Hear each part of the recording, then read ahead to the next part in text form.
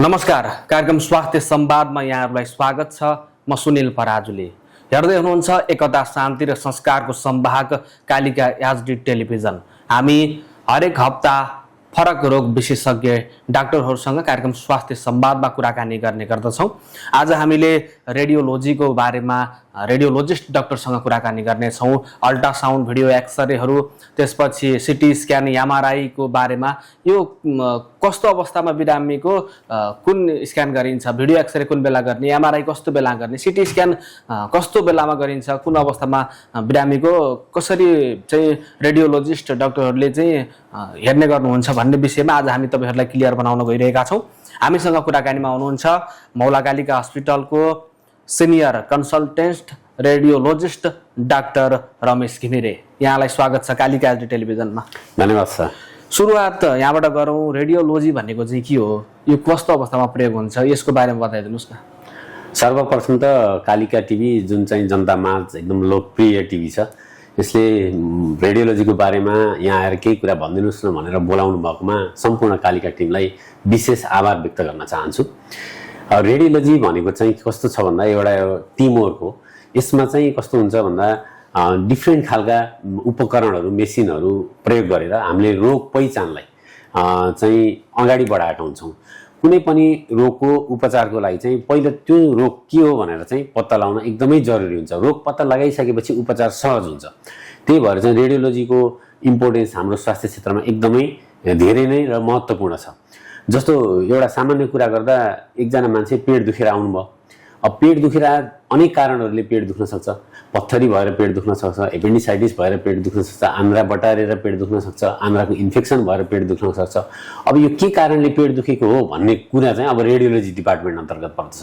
त्यहाँ गएर हामीले सिटी स्क्यान गर्छौँ, एमआरआई गर्न सक्छौँ, अल्ट्रासाउन्ड, भिडियो एक्सरे गर्न सक्छौँ, एक्सरे गर्न सक्छौँ। विभिन्न आफ्नो तय तरिका र के गर्ने भन्ने कुरा डाक्टरले पहिचान गरिसकेपछि अनि हामी बिरामीलाई चाहिँ त्यो अनुसारले चाहिँ त्यो टेस्टहरू गराउँछौँ। त्यो टेस्टहरू गराइसकेपछि धेरै जसो रोगको चाहिँ पहिचान हुन्छ।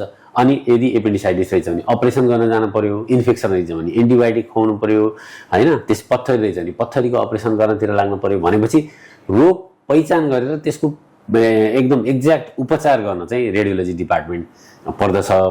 र यस अन्तर्गत चाहिँ एमआरआई पर्दछ, सिटी स्क्यान पर्दछ, भिडियो एक्सरे भनेर जुन चाहिँ जनताले सबैजनाले बुझ्ने चलन छ त्यसलाई मेडिकल टर्मिनल चाहिँ अल्ट्रासाउन्ड भनेर भनिन्छ। आजको कन्भर्सेसनमा हामी अल्ट्रासाउन्ड नै भन्नेछौँ यो कुरालाई। त्यस्तै एक्सरे पर्दछ, म्यामोग्राफीहरू पर्दछ। यी कुराहरू चाहिँ रेडियोलोजी विभाग अन्तर्गत पर्दछ। जस्तै अल्ट्रासाउन्डबाट सुरु गरौँ अब। हजुर।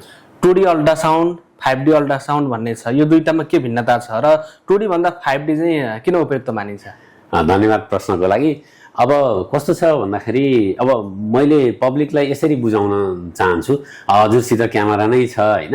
यही इन्टरभ्यू पनि हामीले सामान्य एउटा मोबाइलले खिचेको भए पनि यो इन्टरभ्यू हामी दुईजनाको कन्भर्सेसन, हाम्रो पिक्चरहरू आउने नै थियो, होइन।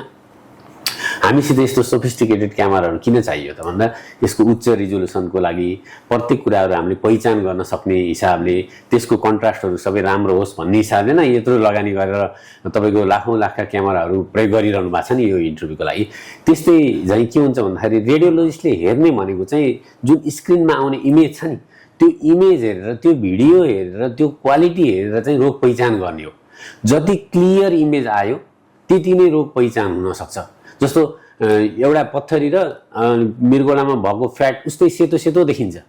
अब लो रिजोल्युसन जस्तो 2D कै कुरा गर्ने हो भने रिजोल्युसन कम हुन्छ, 5D मा अत्याधिक रिजोल्युसन हुन्छ, एकदमै राम्रो रिजोल्युसन हुन्छ। राम्रो रिजोल्युसन भएपछि दुईटा कुरा मजाले छुट्याइदिन्छ। जस्तो हामीले किडनीको पत्थरी हामीले छुट्याउँदैछौँ भने किडनीको पत्थरी भिडियो एक्सरेमा सेतो देखिन्छ। अनि मृगौलाको फ्याट हुन्छ, बिचमा हाम्रो मेडुलामा फ्याट हुन्छ, त्यो फ्याट पनि सेतो देखिन्छ। भनेपछि के हुनु भन्दा दुईटै सेतो सेतो देखियो। अब यदि कन्ट्रास्ट राम्रो छैन, त्यसको रिजोल्युसन राम्रो छैन भने त्यो पत्थरी मिस हुन सक्ने भयो। तर 5D अल्ट्रासाउन्डमा के हुन्छ भन्दा एकदम राम्रो रिजोल्युसन हुन्छ। सानो कन्ट्रास्ट पनि जस्तो दुईटै सेतोको त एउटै सेतो सेतो कन्ट्रास्ट त आउँदैन। त्यही भएर फरक फरक कन्ट्रास्टमा पनि त्यो चाहिँ फरक छुट्याइदिने भएपछि त्यो पत्थरी चाहिँ भेटाउन सजिलो हुन्छ। मेन कुरा भनेको चाहिँ रिजोल्युसन नै हो। र अर्को कुरा भनेको चाहिँ टेक्नोलोजी हो। जस्तो 5D मा आएको टेक्नोलोजीले के गर्छ भन्दाखेरि मल्टी डिरेक्सनल हेर्न मिल्यो कि कुनै पनि एउटा अब्जेक्टलाई चारैतिरबाट हेर्न पाइयो। 2D मा चाहिँ एउटा साइडबाट मात्र हेर्न पाइन्थ्यो भने 5D मा चाहिँ के हुन्छ भन्दा तपाईँको वरिपरि चारैतिरबाट एउटा अर्गानलाई हेर्न पाइन्छ कि तल माथि दायाँ बायाँ एउटा त्यो कुरा भयो।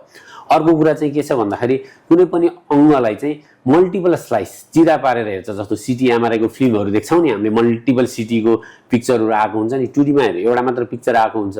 5D मा चाहिँ तपाईँको 24 वटा चिरा पार्छ। जस्तो एउटा मृगलाई हेर्नु पर्यो, एउटा कलेजो हेर्नु पर्यो, पित्तथैली हेर्नु पर्यो भने 24 स्लाइस गरेर हेर्छ। मानिलिनुहोस् न प्रत्येक स्लाइसलाई हामीले भिजुलाइज गर्न सक्ने भएपछि रोग पहिचानको कुरा छ नि त, सानो कुराको छ नि, अर्ली डायग्नोसिसको कुरा छ नि त।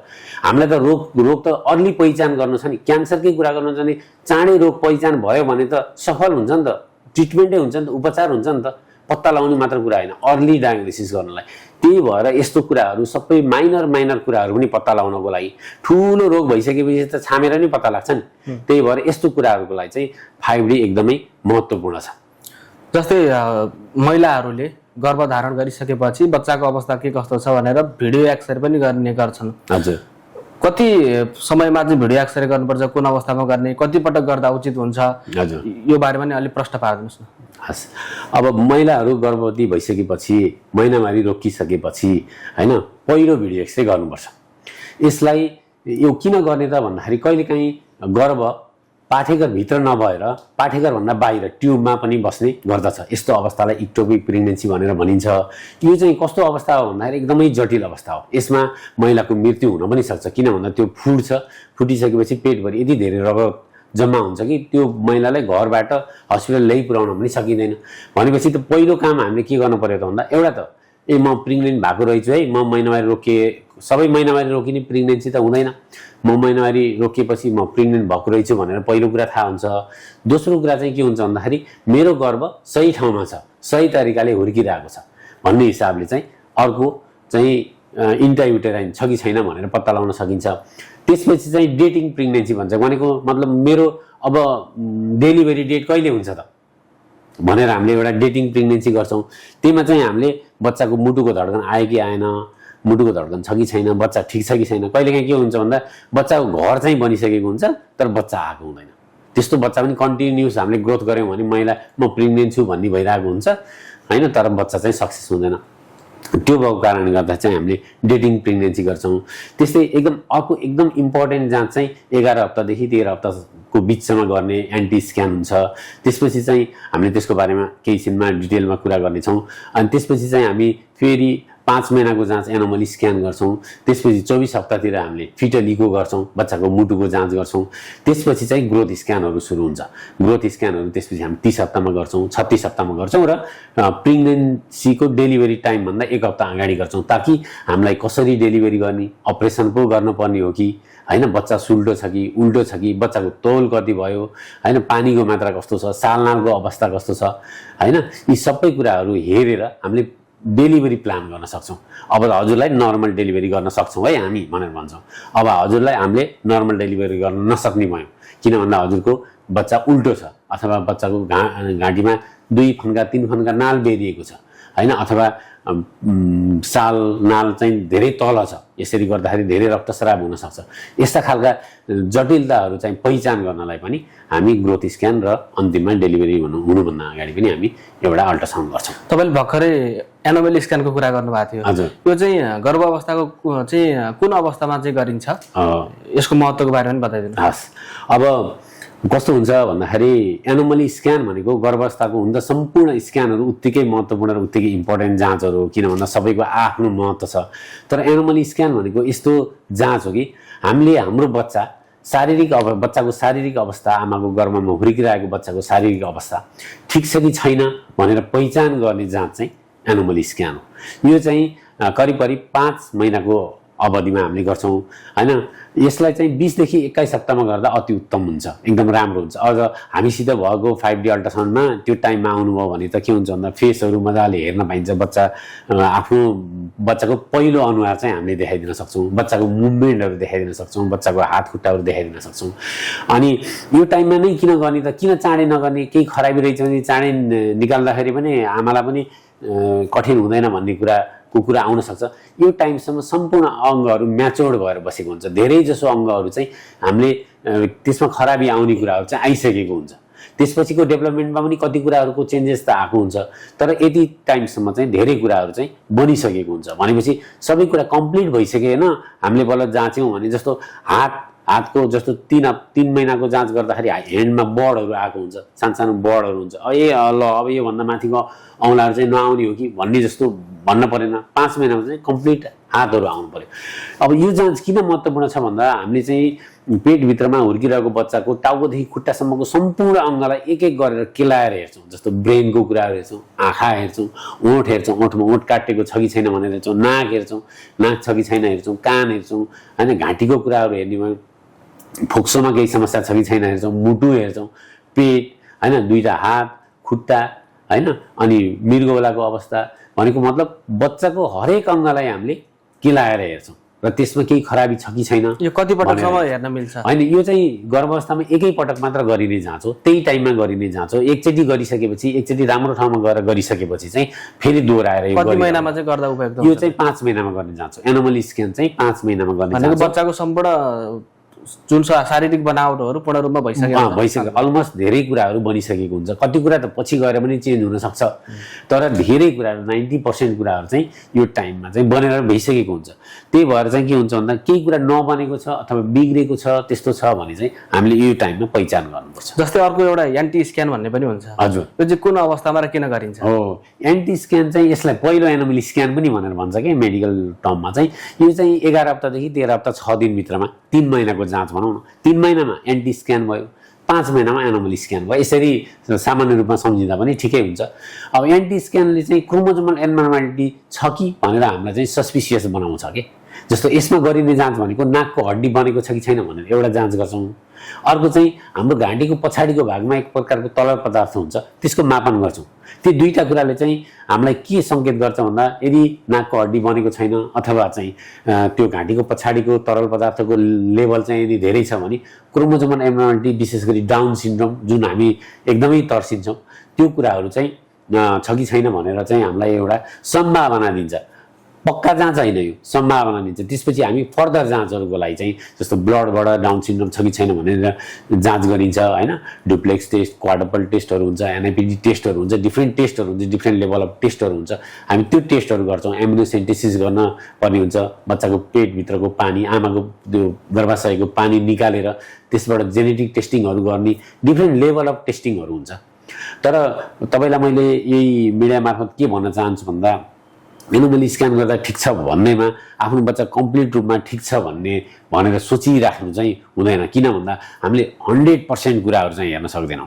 किन भन्दाखेरि सबै टेक्नोलोजीले दिइसकेको छैन, सबै कुरा हेर्न सकिँदैन। कहीँ न कहीँ सानो कनेक्सनहरू जुन अहिलेसम्म पत्ता नलागेको कुराहरू हेर्न सकिँदैन। त्यही भएर एनोमली स्क्यान चाहिँ गर्नै पर्ने हो, तर यो एउटा स्क्रिनिङ टेस्ट हो, एउटा स्क्रिनिङ मात्र हो। यो कन्फर्मेटरी होइन, एकदम 100% ठिक छ भनेर ढुक्क भएर बस्ने अवस्था होइन। जस्तो मैले एउटा कुरा जोडिहालेँ, हातकै कुरा गऱ्यो भने बच्चाले धेरै जसो मुठी पारेर हात बस्छ। हेर्नुहोस् है, पेटभित्र बच्चाले मुठी पारेर बस्छ। अब पेरेन्ट्सहरूले सोध्नुहुन्छ हातको औँला ठिक छ भनेर। मैले कसरी भन्ने मुठी पारेको हातमा हातको औँला ठिक छ भनेर? मैले पेरेन्ट्सलाई के भन्नुपर्छ भन्दा बच्चाले मुठी पारेको छ, मैले स्क्यान गरिरहँदा यदि हात खुलायो भने चाहिँ मैले औँलाहरू तपाईँको ठिक छ भन्छु। नभएदेखि त हजुरको बच्चाको औँलाको बारेमा चाहिँ मैले केही भन्न सक्दिनँ। तर यहाँ बेस लेभलको चाहिँ देखिन्छ। यसमा चाहिँ 5वटा कुरा चाहिँ छ। अब कहिलेकाहीँ माथिको पार्ट छैन रहेछ भने त मिस हुन्छ हेर्नु यस्तो कुरा। जस्तै अघि तपाईँले फिटल इकोको बारेमा पनि कुरा गर्दै हुनुहुन्थ्यो। हजुर, यो भने चाहिँ के हो? यो यसबारे पनि प्रश्न पार्दिनुहोस् न। फिटल इको चाहिँ युजली हामीले 6 महिनामा 24 हप्ताको अराउन्डमा अथवा 18 देखि 24 हप्ता भनेर भन्छ।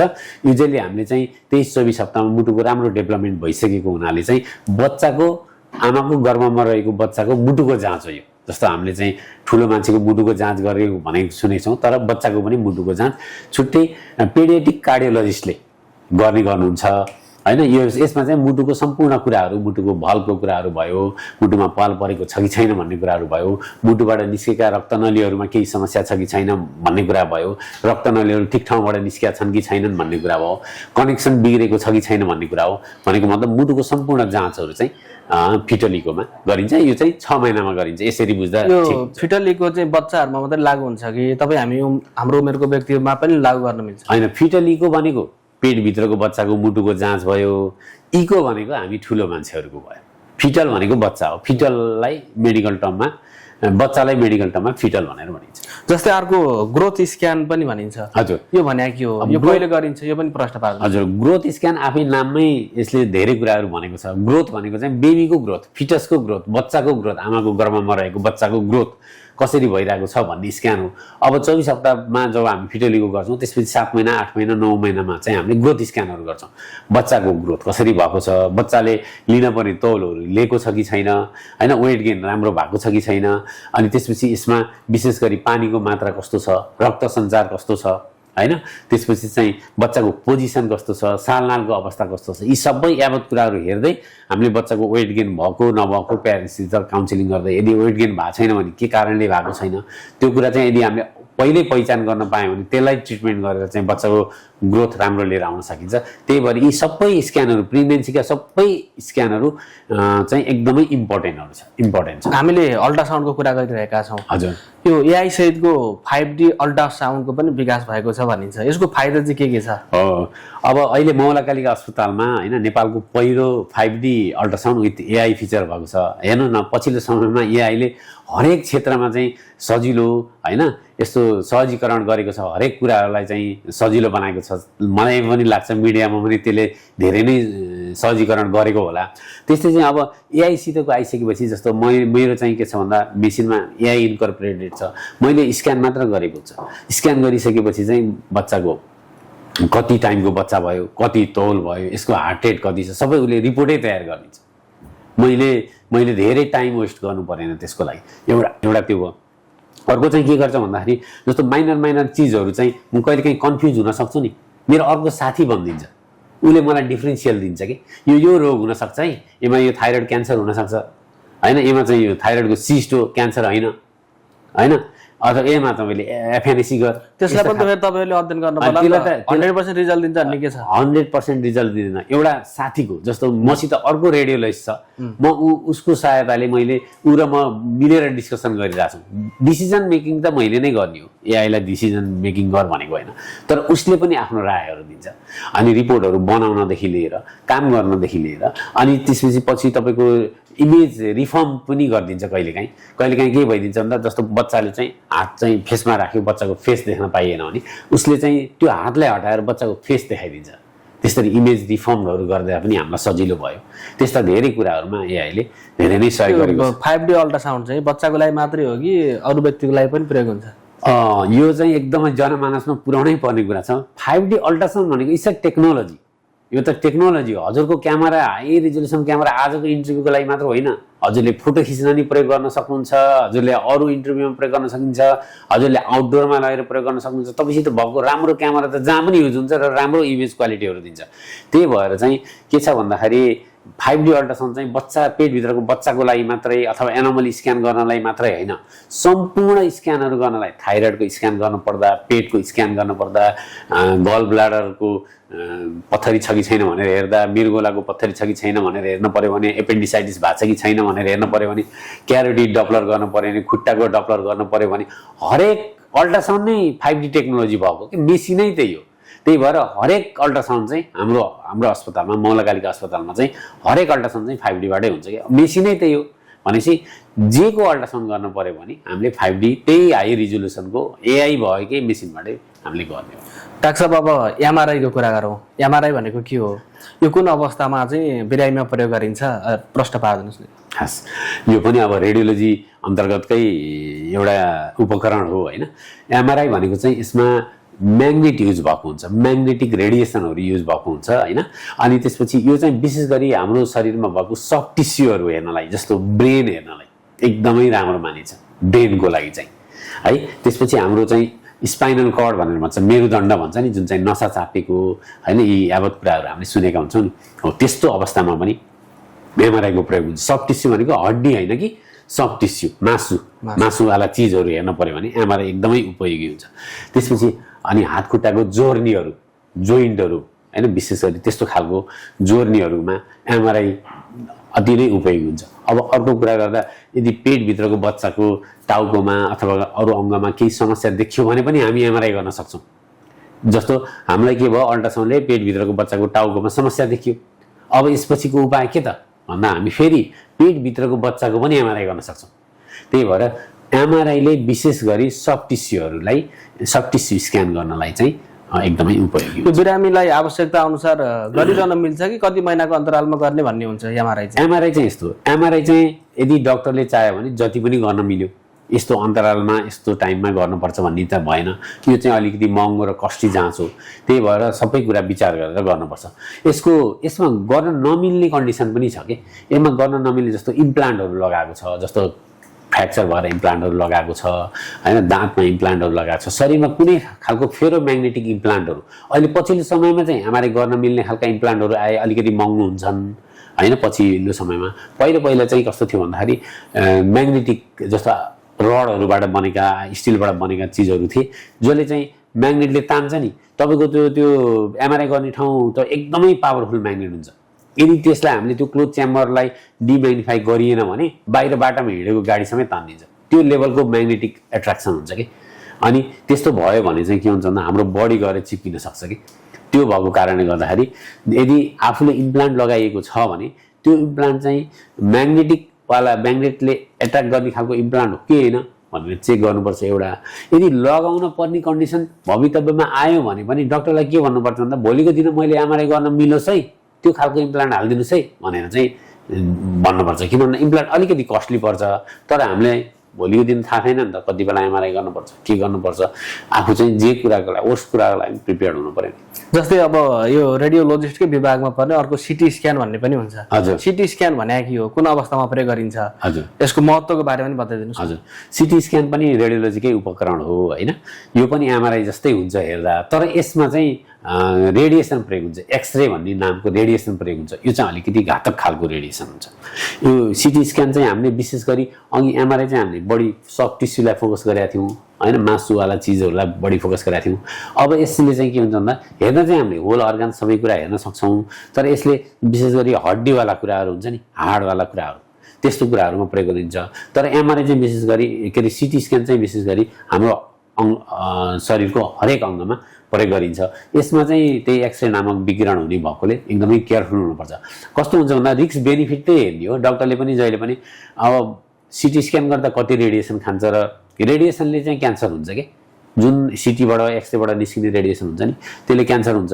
अब रिस्क बेनिफिट हेर्नु पर्यो। जस्तो मैले कुनै पनि पेसेन्टलाई सिटी गराइरहँदा उसलाई रेडिएसन डोज धेरै भएर भोलिको दिन नराम्रो हुने कि अहिले रोग पत्ता लगाएर मैले उपचार गर्ने त होइन। रिस्क बेनिफिट भनेको त्यही हो। अहिले मैले रोग पत्ता लगाइदिनलाई सिटी गर्न पर्छ भने चाहिँ गर्नु पर्यो, त्यही नै हो। जस्तै अब हामीले यो रेडियोलोजिस्ट अन्तर्गतको अल्ट्रासाउन्ड, अब यो विभिन्न एनोमली स्क्यानहरू, एन्टी स्क्यान, त्यसपछि एमआरआई, सिटी स्क्यानका कुराहरू गऱ्यौँ। यो रेडियोलोजीमा प्रयोग हुने उपकरणहरू चाहिँ कतिको हानिकारक हुन्छ, यो बारेमा पनि अलिकति बताइदिनुहोस्। धन्यवाद, एकदम राम्रो प्रश्न सोध्नुभयो। यो किन भन्दा डाइरेक्टली पब्लिकसित पनि रिलेटेड छ। रेडियोलोजीमा चाहिँ यी तपाईँले भनेका सम्पूर्ण उपकरणहरू प्रयोग गर्दै गर्दा एक्सरे, सिटी स्क्यान, म्यामोग्राफी, यी सबैमा एक्सरे भन्ने रेडिएसन प्रयोग हुन्छ। यो चाहिँ हाम्रो शरीरको लागि हानिकारक रेडिएसन हो। यो चाहिँ कस्तो हुन्छ भन्दाखेरि आज मैले एक्सरे गरेँ, भोलि अर्को एक्सरे गरेँ, पर्सि अर्को एक्सरे गरेँ, त्यो चाहिँ जम्मा हुँदै जान्छ कि, डोज चाहिँ तपाईँको जम्मा हुँदै बढ्दै जान्छ कि, हाम्रो शरीरले लिएर राखेको हुन्छ कि स्टोर गरिरहेको हुन्छ। भने जति कम गऱ्यो त्यति राम्रो।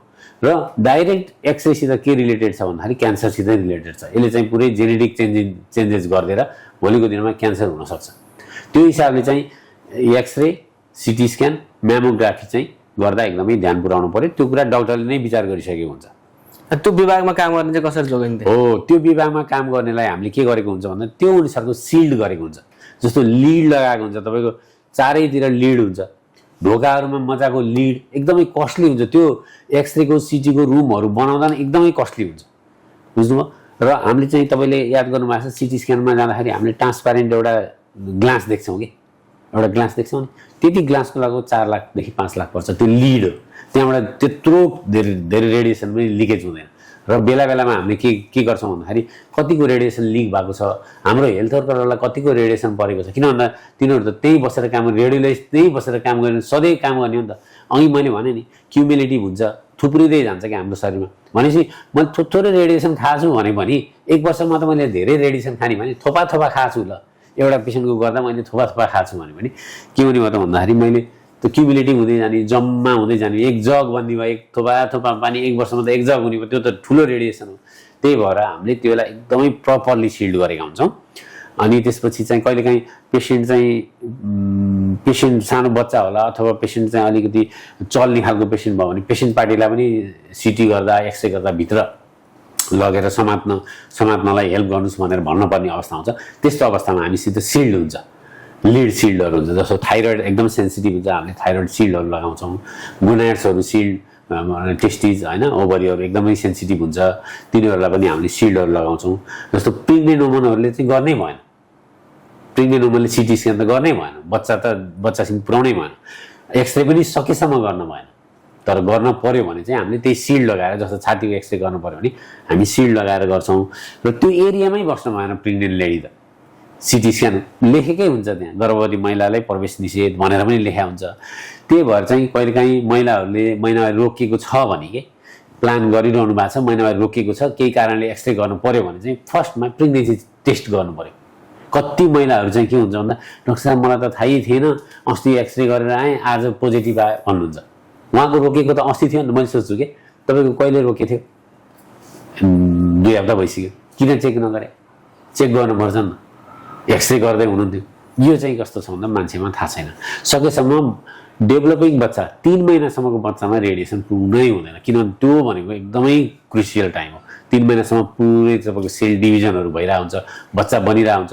त्यो टाइममा रेडिएसन पऱ्यो भने त्यहाँनिर चाहिँ भोलि गएर बच्चामा क्यान्सर हुने सम्भावना चाहिँ बढ्छ। अब अन्तिममा डाक्टर साहब, अब हस्पिटलहरू उपचार गर्ने ठाउँ त धेरै छन्, अब यो रेडियोलोजिस्ट विभागको चाहिँ सुविधाहरू लिन पर्यो भने मौलाकालिका हस्पिटलमा किन आउने, थप सुविधाहरू यहाँ के छ होइन, यो बारेमा अलिकति क्लियर बनाइदिनुहोस् न।